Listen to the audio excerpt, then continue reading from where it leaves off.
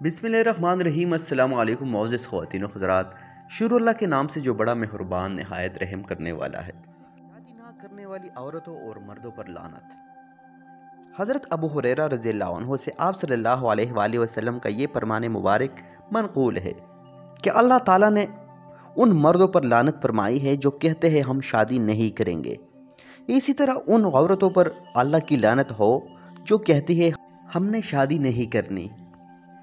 حضرت ابو نجیح رضی اللہ عنہ نبی پاک صلی اللہ علیہ وآلہ وسلم سے روایت کرتے ہیں کہ آپ صلی اللہ علیہ وآلہ وسلم نے فرمایا جو نکاح کر سکتا ہو پھر بھی نہ کرے وہ ہم میں سے نہیں۔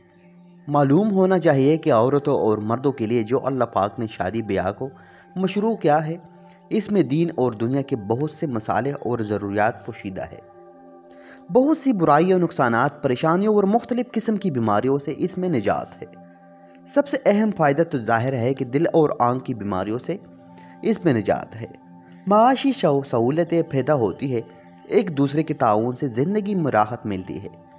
خالق حکیم نے ہر ایک کی ضرورت کو دوسرے سے وابستہ رکھا ہے۔ صرف عورت ہی نہیں، شوہر بھی بیوی کا محتاج ہے۔ خصوصاً گھریلو نظام مرد نہیں چلا سکتا، ایسے آزاد مرد کی گھریلو زندگی ناکارہ ہو جاتی ہے۔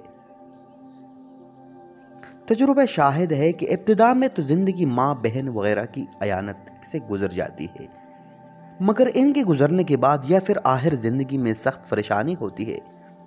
وقت پر کھانا، بیمار پڑنے کی صورت میں دوا اور پرہیز کا نظام، تیل وغیرہ لگانے کی ضرورت میں مرد کو شدید پریشانی ہوتی ہے۔ پھر زندگی پر موت کو ترجیح دینے لگتا ہے۔ شادی کا مقصد محض نفسانی خواہشات کی تکمیل ہی نہیں ہوتی، بلکہ نظام زندگی اور صحت کو باقی رکھنے کے لیے اس کی شدید ضرورت پڑتی ہے۔ بڑھاپے میں اولاد کے تعاون اور اس کے فوائد سے محروم رہتا ہے۔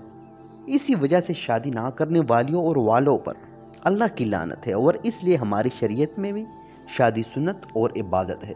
جو لوگ اسے جمیلہ سمجھتے ہیں وہ نادان اور حکمت خداوندی سے ناواقف ہے۔ ناظرین، آج کے لیے بس اتنا ہی۔ ویڈیو پسند آنے کی صورت میں اسے لائک کریں، شیئر کریں، کامنٹ کریں، اپنی رائے ضرور دیجیے گا۔ انشاءاللہ ملتے ہیں کسی نئی اور معلوماتی ویڈیو کے ساتھ۔ تب تک کے لیے رکھیے گا اپنا اور اپنے پیاروں کو ڈھیر سارا